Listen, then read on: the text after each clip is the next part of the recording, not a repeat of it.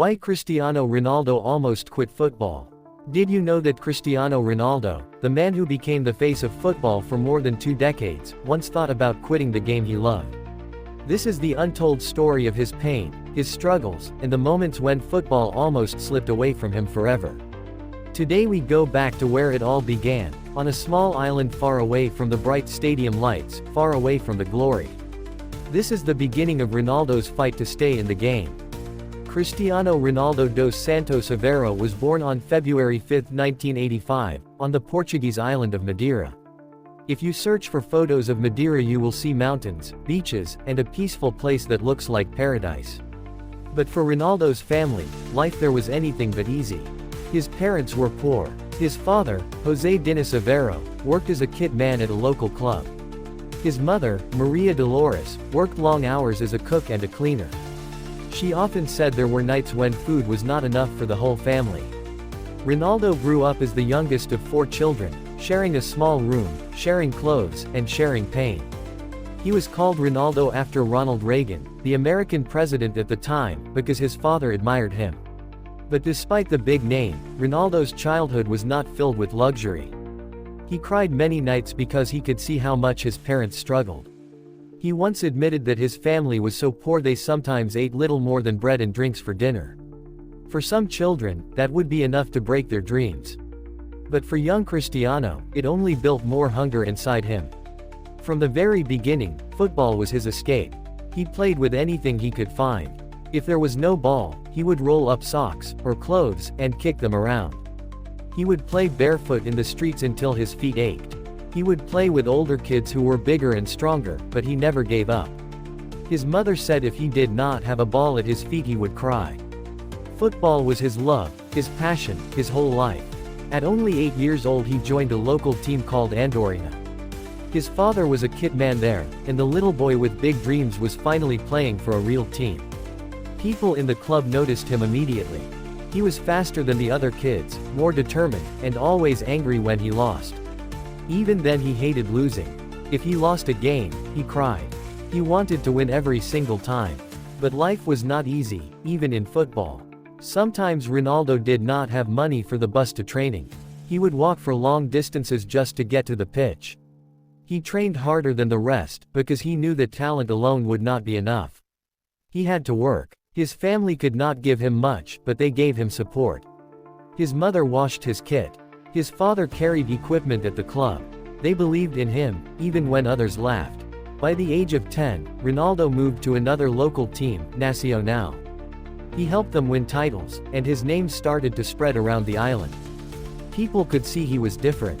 But with every step forward, he also faced voices telling him he was too small, too skinny, too weak. Some said he would never make it. Imagine being a little boy and hearing people say you are not good enough. Many children would give up. But not Ronaldo. At just 12 years old, a huge opportunity arrived. Sporting Lisbon, one of the biggest clubs in Portugal, wanted him. This was the chance of a lifetime. But it came with a heavy cost. To play for Sporting, Ronaldo had to leave his home, his island, and his family, and move alone to Lisbon. He was only 12. For a boy who loved his mother so deeply, this was heartbreaking. He cried almost every night in his new room at the academy. He missed his family, his island, and his old life. Sometimes he picked up the phone and begged his mother to let him come home. He said he wanted to quit. He said it was too hard. But his mother reminded him of his dream. She told him he was special. She told him that he would one day become the best. Those words kept him going. But life in Lisbon was cruel at times. Other boys made fun of his accent from Madeira. They laughed at his simple clothes. They called him poor. He felt lonely. At meals he sometimes sat by himself. On the pitch he was brilliant, but off the pitch he felt unwanted. Once again, the thought of quitting entered his mind. He could have packed his bags and returned to Madeira. But deep down, he remembered why he was there. He was there to fight for his dream. At school, things were not any better. Ronaldo was not interested in books or classes. He only wanted football. Teachers called him lazy. Some said he would never achieve anything. One day, a teacher insulted him badly. Ronaldo got so angry that he threw a chair at the teacher. That moment got him expelled. At only 14 years old, Ronaldo had to make a choice. Stay in school or give everything to football. He chose football. But it was a risky decision. If football did not work, he would have nothing. That fear sat at the back of his mind. Then came a challenge that could have ended everything. At the age of 15, Ronaldo was told by doctors that he had a heart problem. His heart beat too fast. If not treated, it could end his career, maybe even his life. For a boy who had sacrificed everything, this was devastating news. He cried, he thought about quitting. Life felt unfair, but the doctors told him there was hope. A laser surgery could fix the problem. Ronaldo went through the surgery. He was scared, but strong. And just days after the operation, he was back in training. Most players would have taken weeks to recover. Ronaldo did not want to lose time. He refused to let the heart problem stop him. Even after he returned, the emotional battles continued. At Sporting, the training was tough. The coaches demanded everything. Sometimes Ronaldo called his mother crying, saying he could not take it anymore. He wanted to come home. He wanted to quit. But every time, his mother gave him strength. She told him to stay. She reminded him that his family was counting on him. She told him to fight. And so he stayed. His hunger, his speed, his skill began to shine. Sporting Lisbon promoted him quickly through their youth teams. He trained harder than anyone else. While others went to sleep, he stayed on the pitch practicing free kicks, step-overs, and shots. He wanted to be better than everyone else. His dream was alive, but so was the fear. What if he failed? What if all the sacrifice was for nothing? At 16, Ronaldo played for Sporting's first team. People began to notice his talent. Scouts from big clubs in Europe started watching him. But still, Ronaldo carried pain inside. He was far from home, still missing his family, still remembering the nights he wanted to quit. He had pushed through, but the journey had only begun. Then in 2003, at the age of 18, his life changed forever. Sporting Lisbon played a friendly against Manchester United. Ronaldo destroyed their defense. His speed, his skill, his confidence shocked everyone. The United players told Sir Alex Ferguson that they needed to sign him immediately. Days later, Ronaldo moved to Manchester. For most people, this would be the happy ending. But for Ronaldo, new struggles came with the new life. He was now in England, in a new country, with a new language, new culture, and new pressure. Once again, he was alone. Once again, he had to prove himself. And once again, the thought of quitting whispered in his ear. But Ronaldo remembered his journey. He remembered walking to training in Madeira. He remembered crying in Lisbon. He remembered the heart surgery. He remembered his mother's words. And he refused to quit. The young boy from Madeira was about to become the man who would inspire millions. But before that glory, there were still dark moments to overcome. His story was only just beginning. When Cristiano Ronaldo arrived at Manchester United in 2003, he was just 18 years old. He was a teenager stepping into one of the biggest football clubs in the world. For the people of Madeira, he was already a hero. For the rest of the world, he was just a skinny boy with a few tricks. Nobody knew he would become a legend. Nobody knew the pain he would carry. And nobody knew how close he came to giving up even after he had made it to the big stage. Ronaldo's first days at Manchester United were not easy. He could not speak English well. He struggled to understand his teammates. He struggled to adjust to the cold weather. He struggled to live alone in a new country far from his family. Once again he felt the same pain he felt when he left Madeira for Lisbon at 12. He missed his mother. He missed his home. He missed island life. He was lonely. On the pitch, things were not simple either. Ronaldo was full of skill. He loved step-overs, flicks, and tricks. He loved to dribble past players. He wanted to show the world his talent. But in England, the game was different. The defenders were strong. They did not care about his skills. They kicked him hard. They pushed him around. They told him he was weak. Many players thought he was just a show-off. Fans of other teams booed him. Even some of his own teammates thought he was selfish. Imagine being only 18 and carrying that weight. You have to prove yourself to Sir Alex Ferguson, one of the greatest managers of all time. You have to earn the respect of legends like Ryan Giggs, Paul Scholes, and Roy Keane. And every mistake you make is in front of thousands of fans in the stadium and millions watching on television. For a teenager who once thought about quitting in Lisbon, this was another mountain to climb. Ronaldo trained harder than anyone. After team training ended, he stayed behind. He worked on his body. He worked on his skills. He worked on his free kicks. He knew that talent alone was not enough. He needed to become stronger, faster, and sharper. He wanted to silence the critics. But the criticism never stopped. Newspapers wrote that he was too flashy. They said he would never become a world-class player. They laughed at his hairstyles. They laughed at his skinny body. They said he cared more about tricks than goals. Every headline was another reason to give up. But Ronaldo turned criticism into fuel. He told himself, one day they will all see. And yet, even as he fought on the pitch, his heart was breaking off the pitch. His father, José Diniz Aveiro, was struggling with alcohol addiction. Ronaldo loved his father deeply. His father was the one who first introduced him to football. But by the time Ronaldo was becoming a star, his father was very sick. Ronaldo tried to help him. He begged him to stop drinking. But his father could not escape the addiction. In 2005, tragedy struck. Ronaldo's father died at the age of 52 from liver failure. Ronaldo was only 20 years old. At the time he was with Manchester United, building his career, but he could not save the man he loved. He once said that the biggest regret of his life is that his father never saw the man he became. His father never saw him win the Champions League. His father never saw him lift the Ballon d'Or. His father never saw him become the legend we know today. The pain was so deep that Ronaldo admitted he cried many nights. There were moments he thought about quitting. He felt empty. He felt broken. He had money, fame, and trophies, but none of it could replace his father. For a while, football did not matter to him. He played, but his heart was heavy. At the same time, pressure at Manchester United kept growing. Fans wanted him to score more goals. Critics still called him selfish.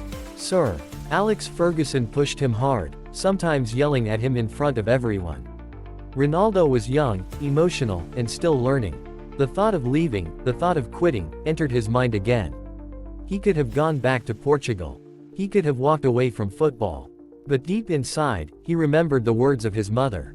Do not give up. You are special. One night, after a tough game, Ronaldo sat in his room alone. He thought about his father. He thought about his mother working hard back in Madeira. He thought about the times he cried in Lisbon. He thought about the surgery on his heart. And then he made a decision. He would not quit. He would fight harder. He would become stronger. He would become the best. From that moment, Ronaldo changed his lifestyle completely. He worked on his body like never before. He spent hours in the gym. He changed his diet. He cut out bad habits. He trained his mind. He trained his legs. He trained his whole life around football. He decided that if he was going to stay in the game, he would become unstoppable. Step by step, the results showed.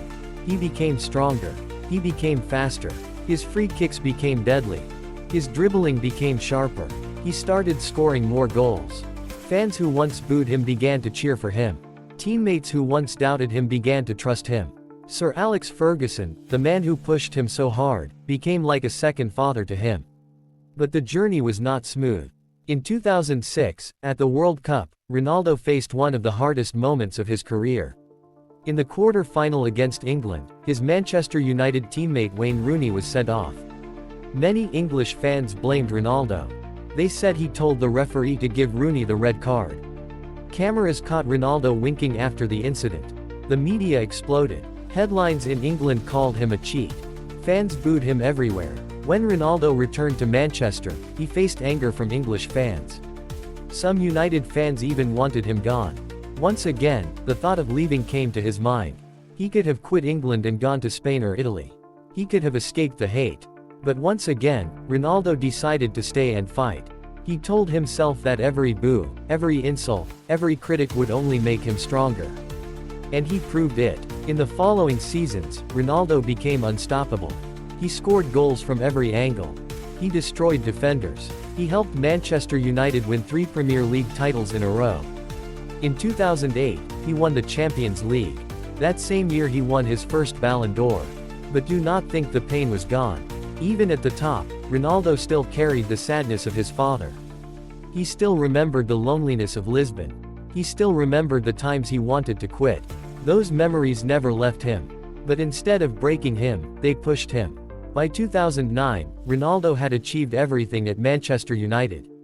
But inside, he felt it was time for a new challenge. Real Madrid came calling, and he moved to Spain for a world record fee.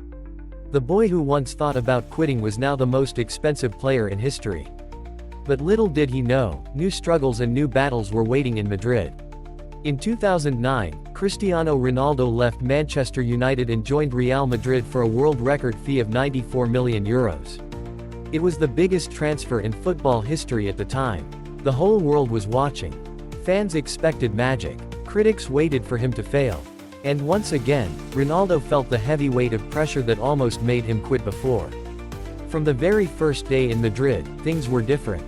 At his presentation in the Santiago Bernabeu, more than 80,000 fans came to see him. No player had ever been welcomed like that before. For many it was a dream, but for Ronaldo it was also a burden. He knew that if he did not perform, all those people would turn against him. The fear of failure was back. The Spanish press was harsh. They compared him to legends before he even kicked a ball. They said if he did not win the Champions League quickly, he would be a failure. They wrote daily stories about him. Every mistake was on the front page. Every missed chance was a headline. Ronaldo, who had once been a poor boy on the streets of Madeira, was now the most expensive player in the world. The thought of not living up to expectations haunted him. At Real Madrid, the rivalry with Lionel Messi also began to grow. Messi was already shining in Barcelona. He was winning the Ballon d'Or awards. He was scoring goals, creating magic, and leading his team to trophies. Everywhere Ronaldo went, people compared him to Messi. Some said Messi was the number one real one. Others said Ronaldo was nothing but an athlete with no real talent. These words cut deep. Ronaldo wanted respect. He wanted to be seen as the best. But the comparisons never stopped. On the pitch, Ronaldo gave everything. In his first season he scored goals, but Real Madrid still failed to win the big trophies. Critics attacked him. They said he was a waste of money. They said he was selfish. They said he only cared about himself. Once again, Ronaldo was fighting the same battle he faced in England. The thought of leaving Spain, the thought of quitting, returned to his mind. To make it worse, injuries began to appear. In his early Real Madrid years, Ronaldo suffered from ankle problems. He had pain that sometimes made it hard to run. He had to take injections to play. Many players in his position would have chosen to rest, or even quit. But Ronaldo refused. He played through the pain. He said to himself, "My family sacrificed everything, I cannot stop now." Even with injuries, Ronaldo kept scoring. He broke record after record. He scored more than 40 goals in one season, then 50, then 60. But Barcelona kept winning. Messi kept lifting trophies. And every time Barcelona won, the critics mocked Ronaldo. They said he was just a showman with no results. The rivalry with Messi grew into one of the biggest in sports history. Every week, the world watched them both. Every week, they compared goals, assists, trophies, and awards. For Ronaldo, this was both motivation and pain. He admitted that Messi pushed him to be better, but at the same time the pressure was so intense that he sometimes thought about walking away. He wanted peace. He wanted respect. But peace never came. In 2011 and 2012, the pressure reached its peak. Real Madrid faced Barcelona again and again, and many times they lost. Ronaldo was criticized for missing chances in big games. Some fans even booed him at the Bernabeu. Imagine being the most expensive player in history, scoring more goals than anyone before, and still being booed by your own fans. It hurt him deeply. After one game, Ronaldo told the press, "People here do not love me." Those words showed the pain inside him. But just when it seemed too much, Ronaldo found new strength. In 2012, he helped Real Madrid win La Liga with a record 100 points. He scored 46 league goals. It was one of the best seasons in history. He proved his critics wrong. He showed the world that he was not only a goalscorer, but also a leader. Still, the Champions League dream was missing. For Real Madrid, winning Europe's biggest trophy was everything. And until Ronaldo delivered it, the pressure would not stop. In 2014, he finally did it. Real Madrid won the Champions League, their 10th, known as La Decima. Ronaldo scored 17 goals in the tournament. He cried on the pitch, not only from joy but from relief. The boy who once thought about quitting in Lisbon, the young man who almost broke down after his father's death, the superstar who was mocked in Spain, had finally delivered. But even after this, the battles were not over. Injuries came back. In the Euro 2016 final for Portugal, Ronaldo was forced off the pitch in tears after a knee injury. He thought his dream of winning a trophy for his country was gone. For a moment he felt helpless. He could not play. He could not control the game. On the bench, he cried. He could have broken down. He could have given up. But instead, he stood on the sidelines shouting, guiding, leading his team like a coach. Portugal won the final, and Ronaldo lifted the European Championship trophy. It was one of the proudest moments of his life. At Real Madrid, the Champions League success continued. In 2016, 2017, and 2018, he led the team to 3 titles in a row. No player had done this in the modern era. He scored goals in the finals.